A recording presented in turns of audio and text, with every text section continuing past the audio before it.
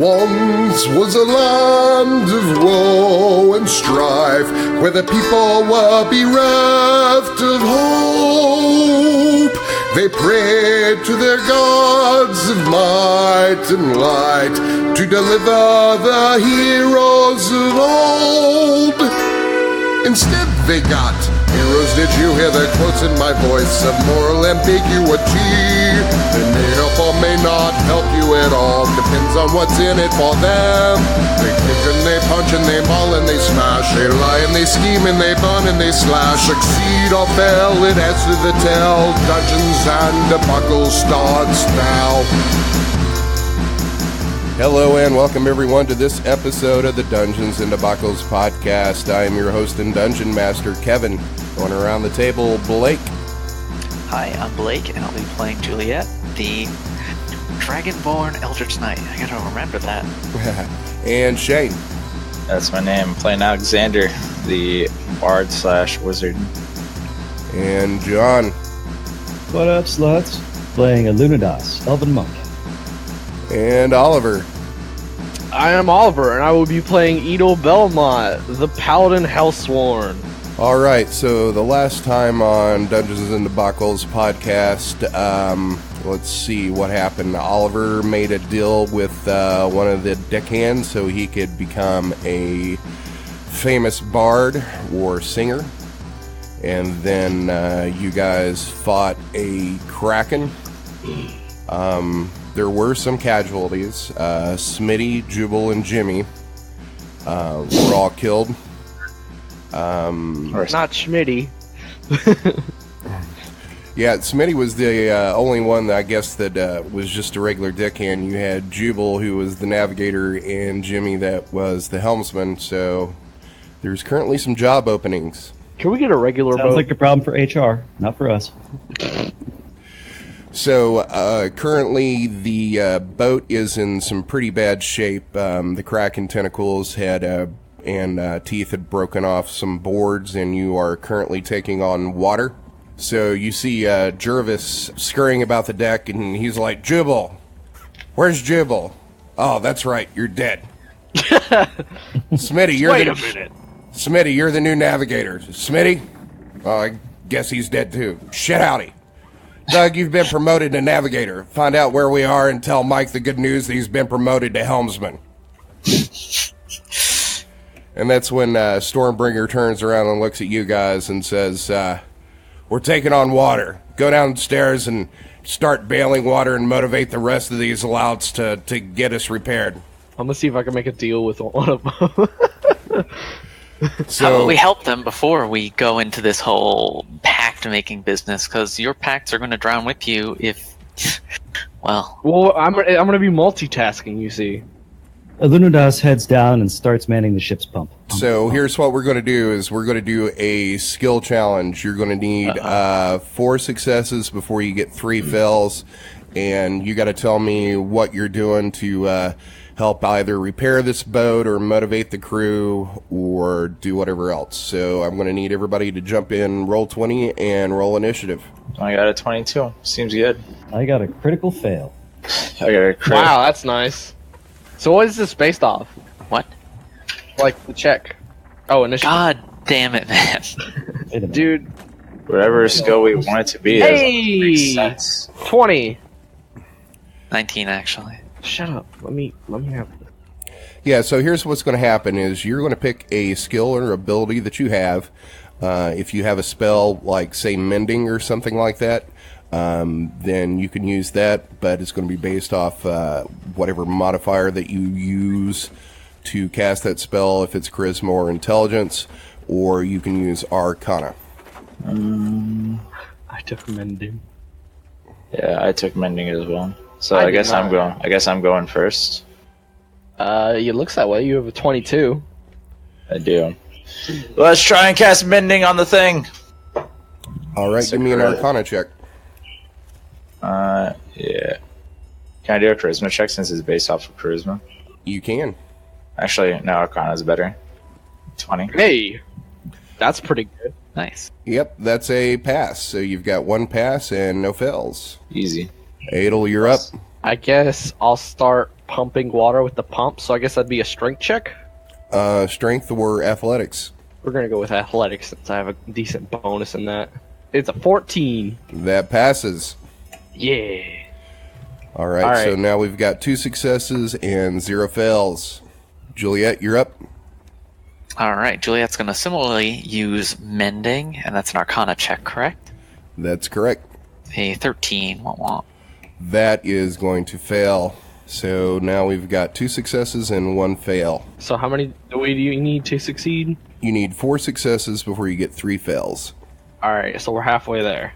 Yep, and next up is Alunodas. All right. Alunodas doesn't know much about boats or ships or things like that, but he does know how to stay out of the way. He is going to use acrobatics to try and maneuver about the hold, getting materials to people who know what they're doing as quickly as possible. That's a 17. And that is a success, so now you've got 3 successes and 1 fail. Next up is Alexander. Boo. I'm mending it. 14. Exciting. You're casting Mending again? Yeah. I'm going to have to give you a -2 penalty for that for using the same skill twice. Wow. What? Ruthless. Don't be boring. Bad for business. Wait for the warning. DM. Okay, well I'll let you choose something else. Appreciate it. Just like there's been no heads up of this until this exact moment. Well, actually, that's not true. I've warned you of that before. Yeah, it was all the way back with our first skill challenge. That was a long time ago. It was a very long time. What do I got? I don't know. Love. You could use your persuasion or intimidate to get the deckhands motivated. Intimidate the water to leave. Yeah, get out of here, water. Intimidate the deckhands to work harder. I do have a +8 to intimidation. That's a lot of intimidation. It is. Shane can run his mouth, but he can't really get out of a fight. That's his whole character. What skills do we got here that actually help? Perception, persuasion, religion. Just yell at the crew. That's always crew, nice. Man. Make them do. But yelling at the crew doesn't help anything. Like, it's not going to make them work faster than they are whenever they're working as fast as they can to not drown. Okay, so you're a Marine and you've never had any drill sergeant yell at you to motivate you to get over a wall or climb a rope or some bullshit. But these people are literally going to die if this ship doesn't like. So they're save. panicking. Get them in line. Smack them around. I'm gonna yell at the crew to start working together and not panic. Bah. That's not the right one. That's the right one. That'd be funny if you could lie to them about yelling to them. Deceiving them to work together. All right, so that's a 17 that is going to pass. So you guys have your 4 successes. So you are able to work with the crew and work on the ship to help bell water and to stem the tide, as it were, for a little bit. Stormbringer comes down and he grabs Mike and Doug and tells you guys to come up above decks. Stormbringer says to Doug, he says, "Have you figured out where we are?" And Doug, he goes and gets some maps and some charts and lays them out, starts doing some calculations. At this point, it's almost morning, but you can still see some stars. Doug starts looking at the stars and looking at the map, and Doug says, we're way off course. We're south of the Grass Isle where we should be north. It's probably why we ran into the kraken. So Stormbringer says, we can't make it to Carnley with the damage we've taken. So the closest land's Grass Isle. I guess we can land there and make some repairs. We'll need to get some wood and tar. Stormbringer looks at Doug and says, how far away do you think we are? And Doug says, we're probably less than half a day. So Stormbringer turns around and looks at you guys and says, the locals there have a reputation for not being that friendly, but they'll trade with us. You guys will need to go to shore and find what we need. I'd send some of my crew, but we need them bailing water here and making some repairs. We're going to need about 10 gallons of tar and 100 feet of 1-foot timber. You guys probably help throughout the next 6 hours or so bailing water as a sea witch limps to this island called the Grass Isle. Let me bring up the map real quick. I swear if we get eaten, I'm gonna be so upset. I'm gonna be pretty happy. All right, can everybody see the map? Yep. Yeah. I can see it. Okay, so where I'm pinging right now is where you guys should have gone, which is north of the Grass Isle. But you guys ended up being down here between the Grass Isle and Sharhold. Ooh. For the people at home, this is the peninsula in the middle of the map. There's a smaller island that is the Grass Isle that is between the lower mid-peninsula of the continent and the larger island of Sharhold. Man, take a wrong turn, get attacked by a kraken. We must have taken a wrong turn at Albuquerque. I scorn his memory. Albuquerque. Oh man, Jubal was a good guy. Jubal was a good guy. He was a hell of a cook too. Who's Jubal? Jubal was the navigator that got smashed and swept off the boat. You big Google gobble. All you had to do was follow the coast. How hard is that? It's really not that hard. That's what he gets for being a bad navigator. You had it coming to him. About 6 hours later, you guys find yourself at the shores of the Grass Isle, and at this point, it's probably about 11 a.m. The sun is high in the sky. Some of the deckhands start pulling off some of the rowboats off the side of the ship. You're going to go pretty close into shore, but you can't run the Sea Witch up on the beach. So Stormbringer gathers you together and says, all right, you shit goblins, let me give you some background so you know what you're walking into. The Grass Isle is a tribal community of half-orcs. They can be some real assholes some of the time. They leave people alone and expect to be left alone. Honestly, I respect that. You will probably have to parley with the chief and get him to see things your way. Last I heard, their leader's name is Borsch. I can tell ye this, be respectful or ye might not leave. They place a great deal of value in honor and respect. This isn't a place for pretty words or slights. After hearing Richard's song, that may be a problem for ye name-calling donkey brains. Keep that shit in check, ye pretty-mouth fuckboys.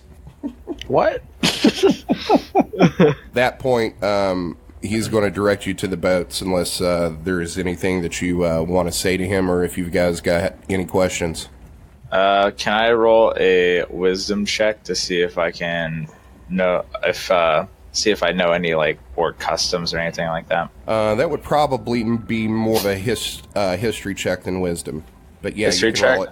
14. Okay, with a 14, you probably know a little bit less than Stormbringer does. You do know that, the Grass Isle is populated by all these clans of half-orcs. They can be kind of prickly. They're not incredibly unfriendly, but they can be assholes if, you step up on their property and start causing a ruckus. Right. Hey, Stormbringer. Aye. Anything I shouldn't do to these guys? Any like customs or anything I should be aware of? Like I said, just be respectful. So is there like a specific way that they expect people to be respectful, or is it just like a person, like a regular kind of thing? I don't know. How would you talk to your mom? It's reasonable. Damn. Well, that is probably the simplest way to put it. I mean, would you start throwing disrespect at your mom? Well, I guess Alexander would, just because he doesn't like his parents, or he was an orphan. But he probably gets that, people do love their mothers. Or maybe he doesn't. What about Edel? What about Edel? Yeah. Edel, Literally a bastard. Yeah, Edel had a rough time. He's a half elf, or not elf, dwarf. He had a rough time. So, what are you guys doing? Are you guys getting on the boats and headed to shore? Let's Just head to hop shore. on the boat, man. Yep, let's boat it up. Step on a Nothing boat, better to do baby. in my life. All right, so you guys load up. They lower the boats down, and you guys load up in them. If everybody could just be as careful as possible. Don't draw your weapons. Don't go and yell at them or scream at them or anything that would be hostile. If you see one, feel free to come back to the party, and we'll see what we can do to sort things out. Yeah, should be easy enough. And should we get into battle, I assume that because there's honor at stake, we might be able to do a trial by combat, if you will. Alexander, I'd like you to be the lead here. You seem to be one of the more successfully talkative people. If you could lead us in that sense. But don't say just it'll be fine. Yeah. And Gwendolyn, if you could go and see what you can find in nature, maybe we can find a tar pit or enough trees to cut down for all the lumber. Alunodas, things go wrong. I want you to be there and just for at least a few moments hold them off until myself and Edel can come in there and back you up. Can be. Sound good? Yes. Easy. So I guess I'm NPCing Gwendolyn at this point. I thought she had terminal scurvy. Oh, Gwendolyn's gone? Oh, do I have this written down wrong then? Well, Caleb isn't playing with us anymore, remember? Right, okay. You guys row for probably about 30 minutes, and you're getting close to shore. Everybody give me a perception check. I'm perceiving. What are you perceiving, though, Shane? I don't know. That's not my part to say. 22. 7. You said everyone, right? I believe. Yes. Okay, let me. Where is perception? Here we go. I got a 12. Shane is the only one that notices that there's a group of probably about 10 kids on the beach as you guys are getting closer. Hey, guys, there's kids on the beach. Let's eat them. See, now that's the kind of thing that you probably going to get you in trouble. I know. I'm not gonna glare. I glare at Oliver. It's only a joke, and you glare for me on the phone. That's kind of weird. So as you guys get closer, you make it to the beach, and Shane notices, or Alexander notices that this group of kids are staring at them, and as they make shore, all of them except for one takes off running to the scrub brushes. That's interesting. So as you pull up, there's that one small kid, and he's waving at you. I wave back. He waves back he waves back harder. Oh. Is he like waving to get our attention, or like does it look like just a hey wave? It's like he's saying hi. Oh. I started walking over to him. Just to clarify, our ship's out of commission, right? It's just chilling out there? Yeah, so basically it's anchored offshore, and you guys rowed up, and they're still bailing water, trying to make what repairs they can with what material that they have. Okay, that's easy enough.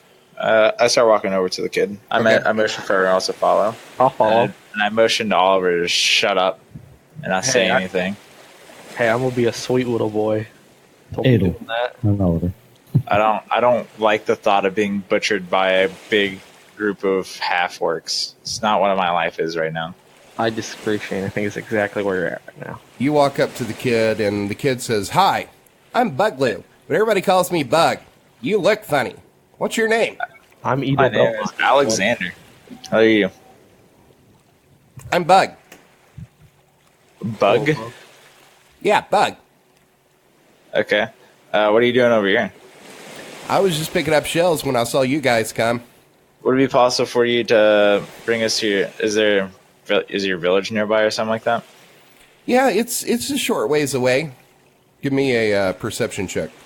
Perception check. Perception. I got a 10. 17. I have a passive of 14. Oliver and Shane are both going to hear these other kids that were with him in the scrub rush at the end of the beach, and you can hear them calling out for Bug to run. Okay. I am going to place down my sword and weapons on the ground and then just crouch and sit there. Why? Because I feel like this might go somewhere. That's the dumbest thing. So you're literally just pulling out your weapon and just sitting on the ground and then sitting? No, I'm laying it down on the ground to present and sitting to present that show that I am surrendering pretty much. To a group of kids. He's yelling to run. I think somebody else is coming. But we can talk to him. What do you mean? I don't know, man. I'm just being cautious, alright? You're being... Just forget it. Just keep going. Keep going. Shane, you're getting a little hung up on this. I am. It's what do we do if they actually start attacking us? Well, we'll discuss it after, guys. Yeah. Can you bring us to Hey, Bug, can you bring us to the village real quick? After you say that, one of the older kids pops up out of the brush and starts walking toward you. He says to the child that you've been talking to, he says, "Get back to the village, Bug." And Bug says, "But they don't look dangerous, Kless. Look how small they are." And the other kid says, "Yes, they're small, but they're strangers." And he turns to you and says, "And all you don't try anything. The other kids went to get the elders. If you hurt us, they'll kill you in terrible, terrible waves. I've seen it." I mean no harm. I mean, we're just trying to get some supplies. We're not trying to do any harm. Our ship is collapsing as we speak. We need supplies. We are willing to pay. He says, "Well, we'll let the elders figure that out." And about that time, you see about 5 of the largest half-orcs you've ever seen come swaggering over the bridge and onto the beach. They're all carrying these wicked-looking battle axes, but for now they're strapped to their belts. And the older half-orc child takes off running towards them, and they stop about 50 yards away as the child says something very animated to them, and he turns around, he's pointing in your direction. The largest of the half-orcs nods and then pats the child on the head, and the kid moves the kid behind him, like, you know, grabs hold of his, like, head and does like the mom thing. It's like, "Get behind me, kid." And they begin walking toward you. I'm still doing that thing to where I present my sword and weapons on the ground and just wait, like sitting on my knees. That half-orc and the rest of the group walk up to you and stop about 10 feet away, and he crosses his hands in front of his chest in some sort of gesture and says, "Well met, travelers. Forgive the young ones. They could be a bit excitable when strangers come around, as we get so few. That and some of the people that come to our shores aren't so friendly, so we can be a bit guarded. But where's my honor? I'm Jara of the Bent Tree Clan. Who might be you and your purpose here?" I am Edel Belmont, the hell-sworn paladin. Just pleased to meet your acquaintance, sir. And he looks at the rest of you.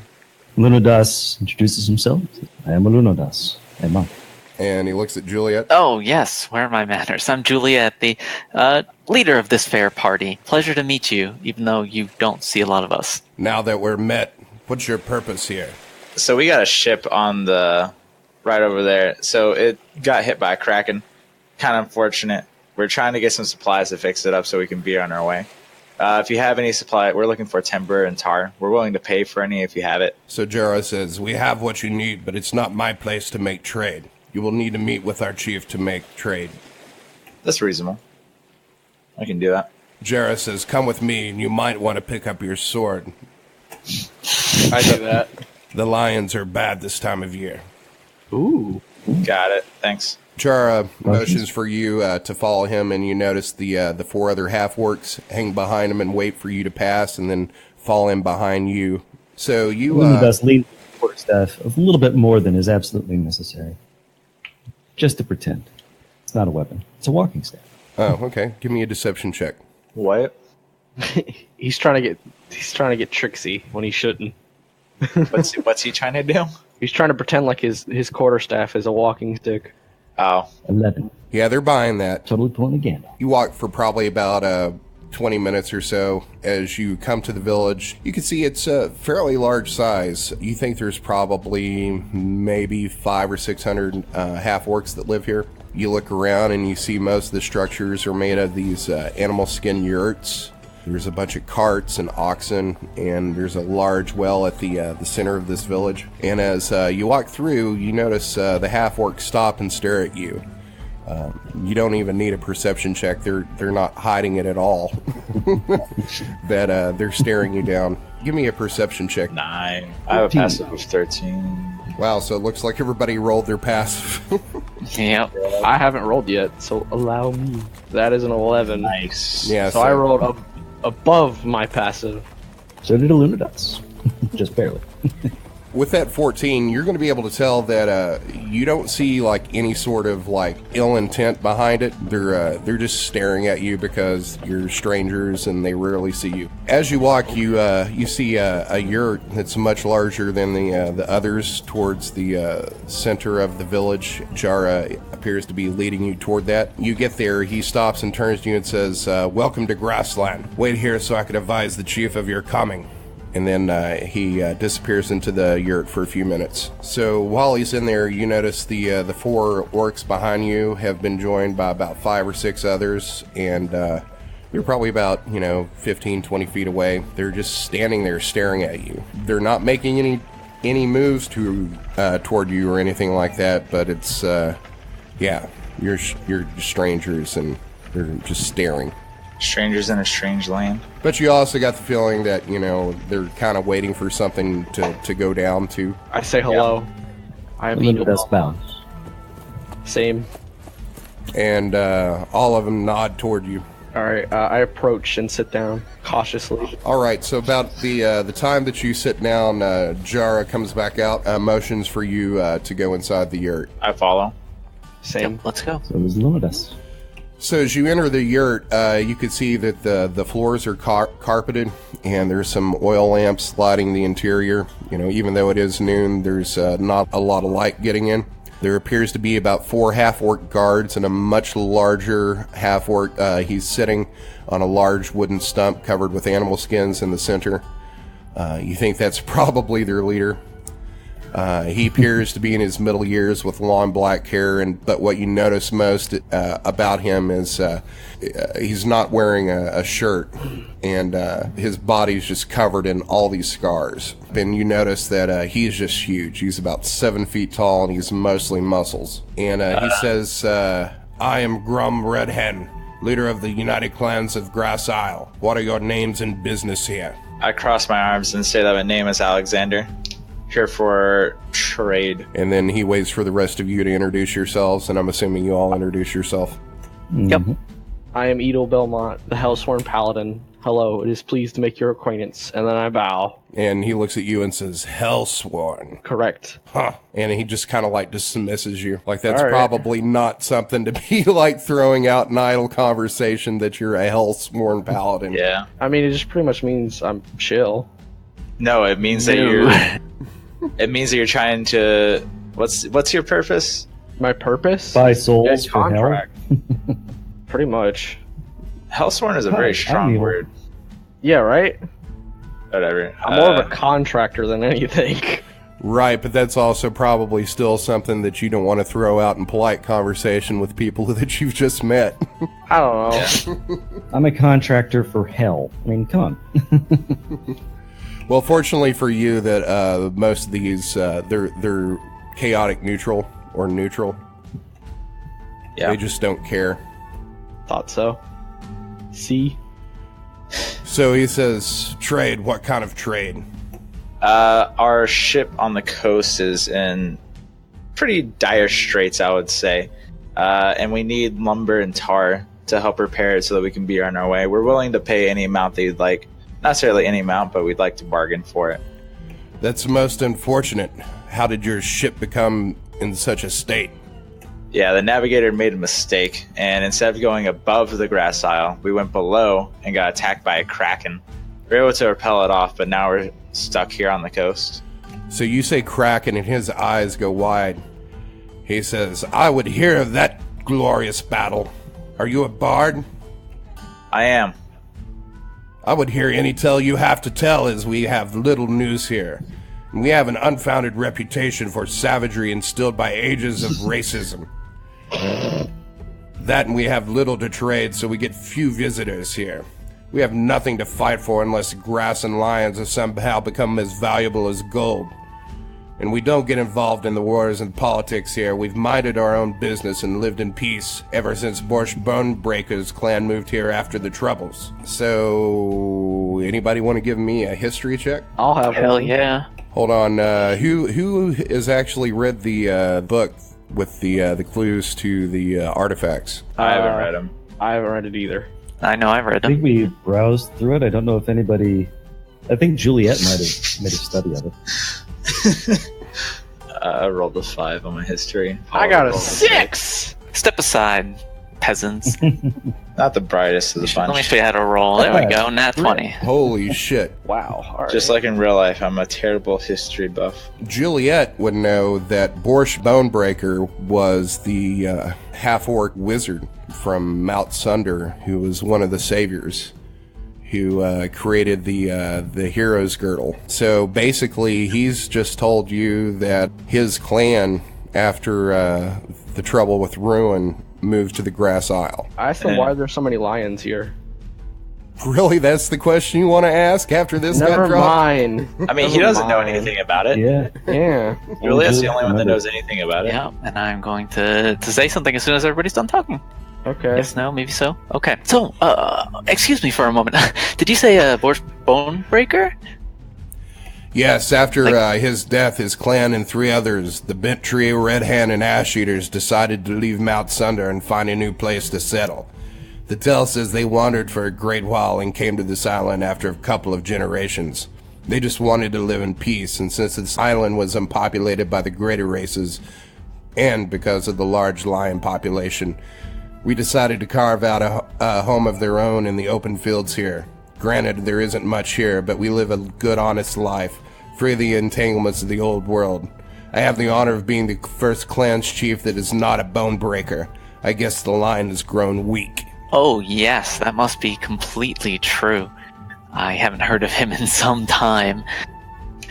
But you said you wandered here with a whole bunch of other clans, is that correct? And unified them? My great-great-great-great-grandfathers migrated here some many generations ago.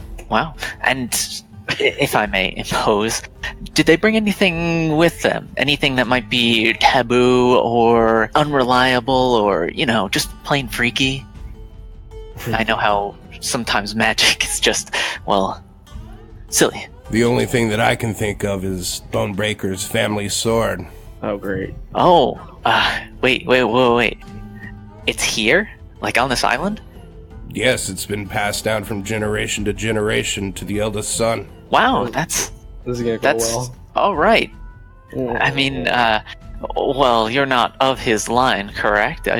Do you have it, or does another relative of his have it? The old chief's son has it. He was too much of a coward to fight me after I took over as chief. A lot of good that sword did him.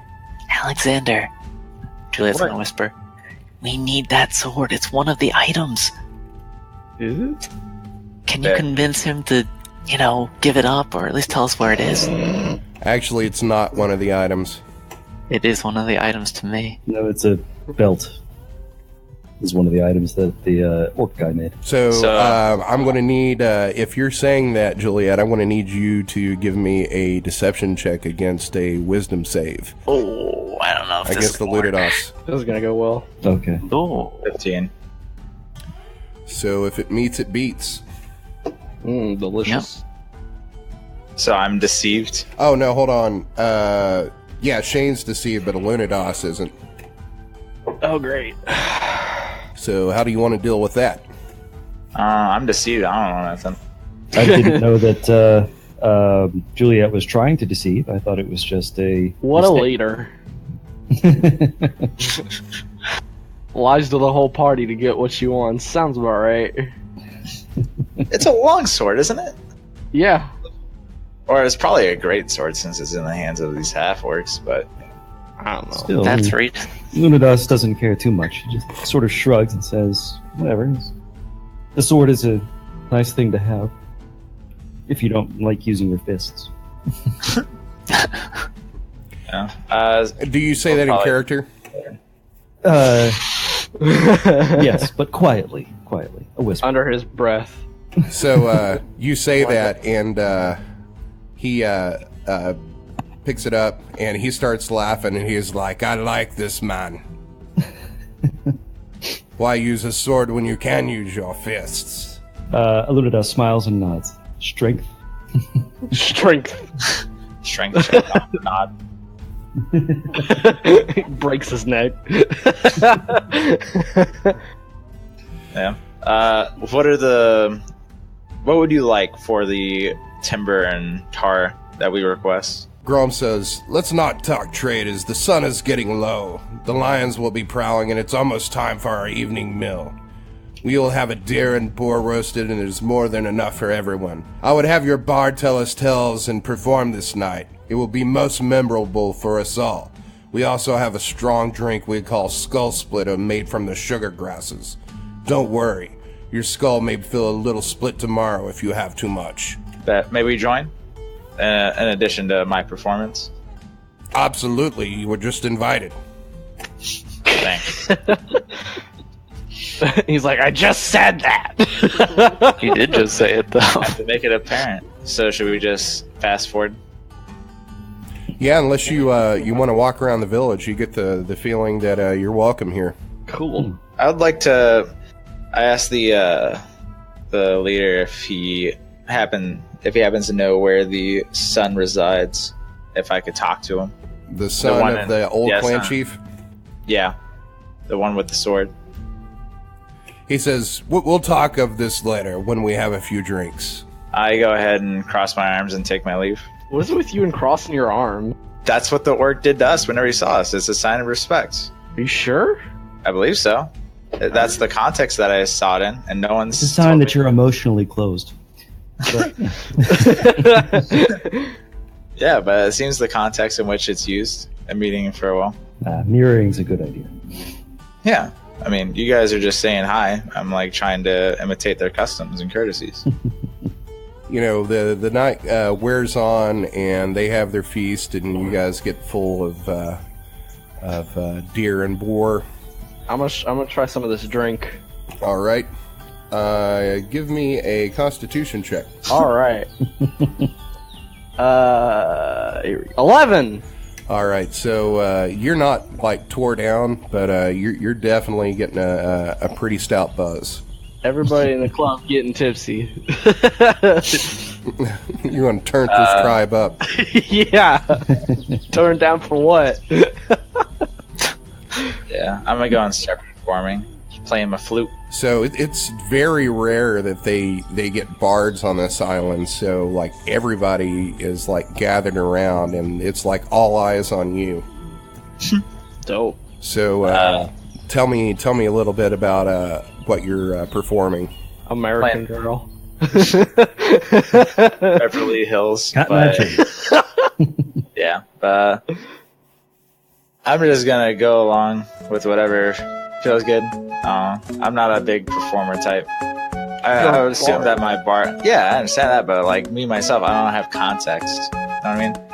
Yes. So I would assume that my bard predecessor, man, is able to know a good amount of pieces.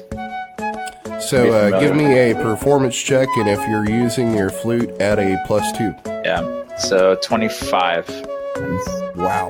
So you have like got every ear and eye on you in this village, and they're just eating it up. You know, after your performance, you know, the chief comes up and he's giving you like this big like thudding applaud, and then he's like, "I would hear the tale of the kraken." You got it, chief. I'm gonna go and tell him about how I was like literally face to face with it. That'd be cool. So would that have been that performance check, or would it be like this would be a separate one? Separate one, because I rolled a second performance check. I was wondering if telling him about it would be a performance or not. It would, but the information, you know, would still be there. It's just, you know, how well you're doing the voices and, you know, making it believable and, you know, pulling out the drama of the battle. Would it be possible to do like a persuasion check to have him believe me? Are you telling any lies or embellishing? Yeah, I'm making slight embellishments to make themselves look better against this kraken. I think that would be a deception check. Deception? Christ! What is that a nat 1? No, it's a 4 with a +8. Oh, wow. Wish I had. So they can tell that, you know, you're embellishing it, but, you know, of course you're a bard, and that's kind of expected. So as Shane is telling his tales and singing his songs, the chief is going to find Juliet, and he's going to come up to you and say, "Well met, Dragonborn." Likewise, chieftain. So how did you come about your travels? This what? Just coming to be here? Yes. Well, it's quite the story. I'm sure our friend Alexander would be able to explain in more detail. But the long and short of it is that we used to be guards for a city, and this city was very urban, very almost barbaric in its own strange urban way. But we were given some tasks to complete, which we kind of chafed at, having to do, menial tasks, going to find people, tracking invisible assassins, And so the complexities kind of dissuaded us, made us a little less trusting of things because of how ridiculous they were.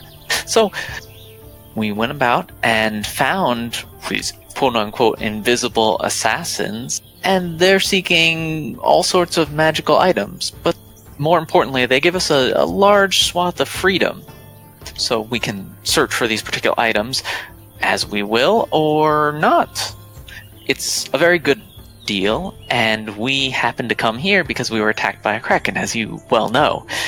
Me personally, I'm here for items of ill repute, and I suppose magic, as I know that your kind does not hold it in very high regard. So let me get this straight. You forswear your oaths as guards to the city to follow invisible assassins? Yes, well, walking around the city for years on end using the same path is a bit menial, I would think. Wasted effort and wasted time. Interesting. Give me a perception check. Sure. A 5.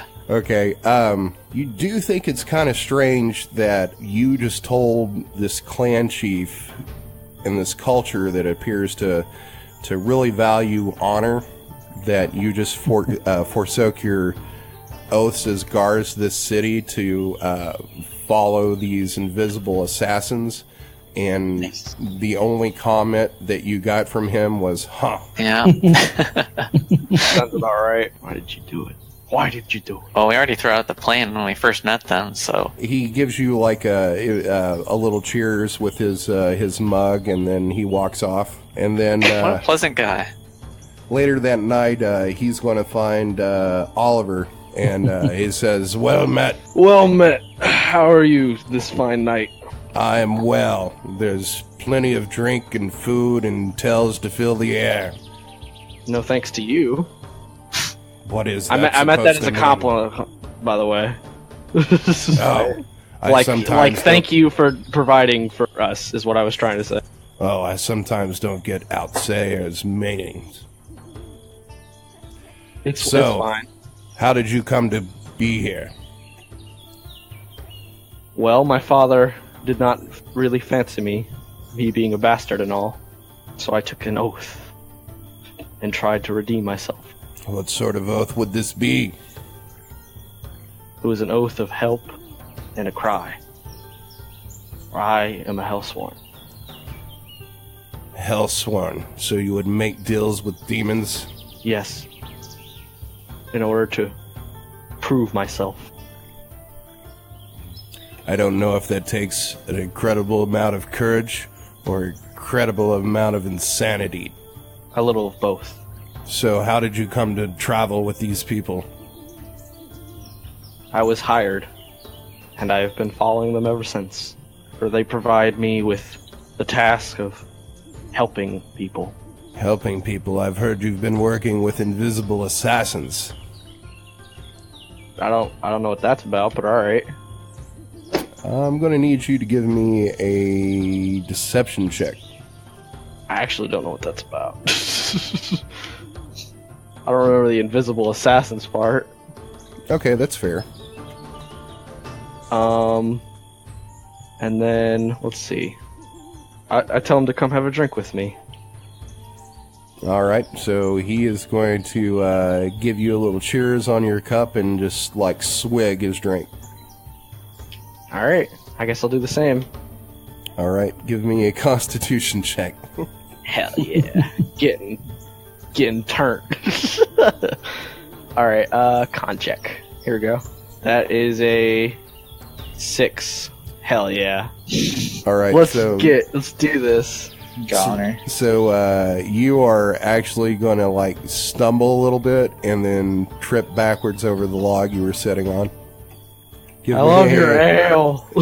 Give me an athletics check. All right, that is a 12. All right, so you eat shit. Really? Woo! I say that as I fall.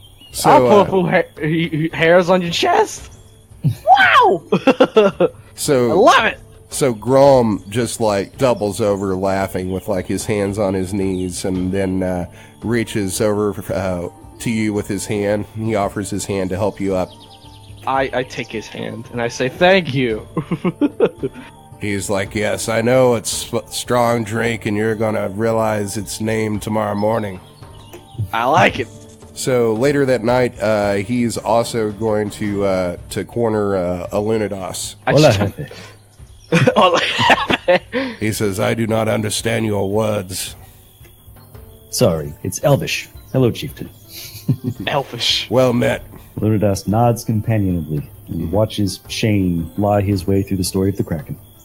Pretty much. So he looks at you and says, so did it happen the way he said it happened? Did you really fight a Kraken? Yes, we did. He may have dressed it up a little bit. But yes, we did fight a Kraken. Lost a few of our sailors on the way in, and it did some damage to our ship. It must have been a glorious battle. Oh, it was. Strength against strength. So how is it that you come to travel with these men and women? I am a monk. We follow a very physical path, and I have been wandering the lands looking for strength, following those who fight and fighting myself. These are a group of fighters, some very, very capable, so I've been following them. So you're like Kane in Kung Fu. That was a great show.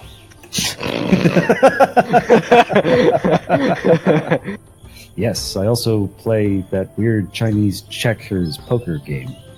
Chinese checkers poker game? I don't know what he's talking about. Does anyone else? You don't watch enough old Kung Fu movies. I watched a lot of old Kung Fu movies, but I don't remember the weird chess and poker game. So by like Domino. show, he means like Bard's Tale. So what is this I hear about following invisible assassins?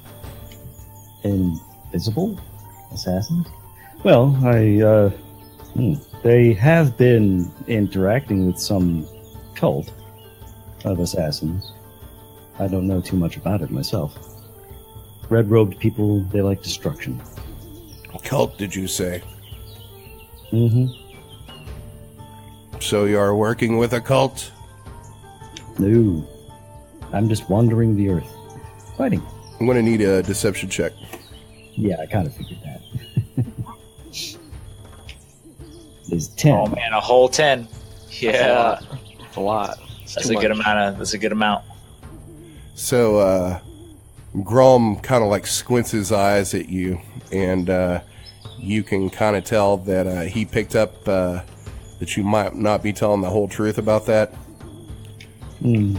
And he says, Aye. Well, have a good night. Have as much food and drink as you want. And then you could tell that he's getting like kind of tipsy himself. And then he like holds up his like cup to cheers you. And Alunodas holds up one of the little veggie stalks that he's been gnawing on all night. Just like a Celery. little bit of celery.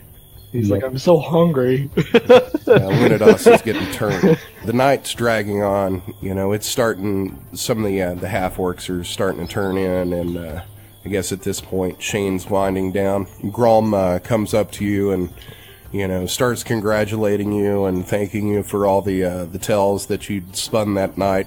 And he lays a big meaty hand on your shoulder and does that thing where he's kind of like gripping your shoulder like a little too tight, like some asshole with an overly aggressive handshake. Thanks, Houston. I appreciate it.